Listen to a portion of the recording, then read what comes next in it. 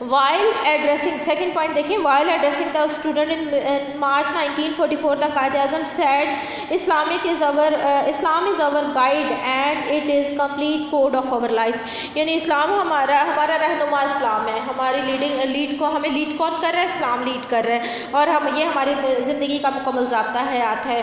اگلا پوائنٹ دیکھیں, addressing at علی گڑھ, قائد-اعظم محمد علی جناح explained the ideology of Pakistan in the following words. یعنی علی گڑھ, آپ نے علی گڑھ سے خطاب کرتے ہوئے نظریہ پاکستان کو ان لفظوں میں بیان کیا. What was the motive of demand for Pakistan, and what was the reason of separate state for the Muslim, and why was we need to divide India? Felt its reason is neither narrow-mindedness of the Hindus nor the tactics of the British. It is a fundamental demand of Islam. تقسیم ہند کی ضرورت کیوں محسوس ہوئی؟ اس کی وجہ کیا صرف ہندوؤں کی تنگ نظری تھی؟ کیا ہم یہ چاہتے تھے کہ ہندوؤں کی تنگ نظری سے چھٹکارا حاصل کریں؟ اور نہ ہی ہم انگریزوں کی چال سے ہم چھٹکارا حاصل کرنا چاہتے تھے, نہ ہی ہندوؤں کی تنگ نظری سے بچنا چاہتے تھے. یہ اسلام کا مطالبہ ہے, یہ ہم صرف اسلام کی خاطر جو ہے وہ پاکستان حاصل کرنا چاہتے تھے. Addressing the officers of the government of Pakistan at Karachi on 11 October 1947, the Quaid-e-Azam said, یعنی 11 اکتوبر 1947 کو حکومت پاکستان کے افسران سے خطاب کرتے ہوئے قائد اعظم نے کہا تھا, the establishment of Pakistan for which we have been striving for the last 10 years is by grace of God an established fact today, but the creation of the state of or on was the mean to an end and not the end of in itself. The idea was that we should have a state in which we could live and breathe as free men, which we could develop according to our own life and culture, and where principle of Islamic social justice could final fair play. یعنی 10 سال سے ہم جس مملکت کی تخلیق کے لیے کوشش کر رہے ہیں, 10 سال سے ہم مملکت پاکستان کو حاصل کرنے کی کوشش کر رہے ہیں, بنانے کی کوشش کر رہے ہیں. خدائے بزرگ و برتر کی مہربانی سے اب وہ ہم نے حاصل کر لیا ہے, وہ اب حقیقت بن چکا ہے. پاکستان کا مقصد ہمارے لیے اس کے علاوہ کچھ نہیں ہے کہ ہم نے اسے ایک ایسی ریاست بنانا ہے جس میں ہم آزاد انسان کی حیثیت سے رہ سکیں, اپنی تہذیب اور ثقافت کو ترقی دے سکیں, ہم اسلام کے اصولوں کو, انصاف کے اصولوں کو پر عمل پیرا ہو سکے. نیکسٹ پوائنٹ ہے, on the occasion while explaining the ideology of Pakistan, Quaid-e-Azam Muhammad Ali Jinnah said, we do not demand Pakistan simply to have a piece of land, but we want a laboratory where we could experiment on Islamic principles. یعنی ہم نے پاکستان کا مطالبہ محض زمین کا ٹکڑا حاصل کرنے کے لیے نہیں کیا, بلکہ ہم ایک ایسی لیبارٹری حاصل کرنا چاہتے تھے جہاں ہم اسلام کے اصولوں کو ٹیسٹ کر سکیں, آزما سکیں. یعنی جس طرح ایک لیبارٹری میں ٹیسٹ کیا جاتا ہے نا کہ آیا کہ کوئی یہ چیز, یہ ہم نے تھیوری کریٹ کی ہے, یہ تھیوری آیا واقعی ٹھیک ہے یا نہیں ہے, تو اس تھیوری کو ہم ٹیسٹ کرتے ہیں لیبارٹری میں. اسی طرح اسلام نے ہمیں کچھ اصول دے دیے ہیں جو قرآن مجید میں موجود ہیں, زکوٰۃ کا نظام یا پھر کوئی بھی اصول, زندگی گزارنے کے اصول, تمام چیزیں اس نے ہمیں بتا دی ہیں. تو کیا ہم ان اصولوں کو اپلائی کر سکتے ہیں؟ ان سب کو ٹیسٹ کیا جانا ہے. ریاست پاکستان میں قرآن کے اصولوں پر عمل پیرا ہو کر ہم ان اصولوں کو ٹیسٹ کرنے کے لیے ایک لیبارٹری پاکستان حاصل کرنا چاہتے ہیں تاکہ ہم اسلام کے اصولوں کو وہاں پر آزما سکیں. نیکسٹ پیج پہ آ جائیے. آن 21 March 1948, Quaid Azam Muhammad Ali Jinnah address the people of Dhaka, Dhaka کے عوام سے خطاب کرتے ہوئے قائد اعظم محمد علی جناح نے کہا, he said, what we want is not to talk about Bengali, Punjabi, Sindhi, Balochi, Pathan and someone else. We are nothing but Pakistani, not it is our duty to act like a Pakistani.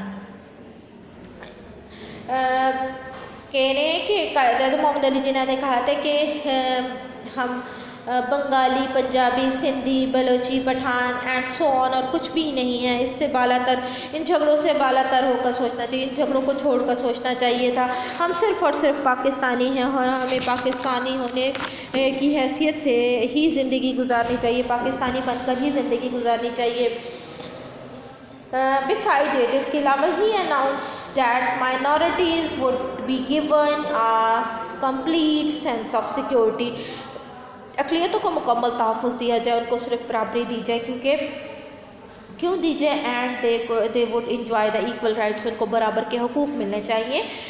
This is the fundamental teaching of اسلام، کیونکہ یہ اسلام کی بنیادی تعلیم ہے کہ اسلام کہتا ہے کہ ہمیں غیر مسلموں کے ساتھ بھی اسی طرح برابری کا سلوک کرنا چاہیے۔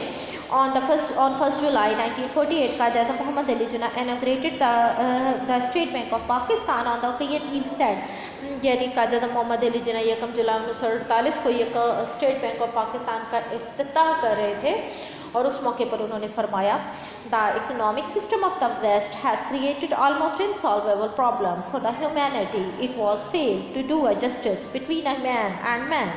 We must present to the world an economic system based on a true Islamic concept of equality of manhood and social justice، یعنی انسانیت کے مغرب کا جو معاشی نظام ہے وہ انسانیت کے لیے ایسے مسائل پیدا کر چکا ہے جس کا حل ناممکن ہے، اور لوگوں کے درمیان انصاف ناکام ہو چکا ہے، کیونکہ امیر تر بنتا جا رہا ہے اور غریب سے غریب تر ہوتا جا رہا ہے۔ ہمیں دنیا کے سامنے ایک ایسا معاشی نظام رکھنا ہوگا، کیونکہ ہمارا معاشی نظام کیا ہے کہ ہمارے زکوٰۃ کا، صدقات کا، خیرات کا ایک نظام ہے، وہ نظام دنیا کے سامنے ایک ایسا نظام پیش کرنا ہوگا جو اسلام کے صحیح تصور مساوات اور سماجی انصاف کے اصولوں پر مبنی ہو، اور اسی اصولوں کو اپنا کر ہم دنیا کے سامنے ایک اگزامپل قائم کر سکیں کہ اسلام نے جو ہمیں معاشی نظام دیا ہے وہ تمام دنیا سے بہتر نہیں بلکہ بہترین ہے۔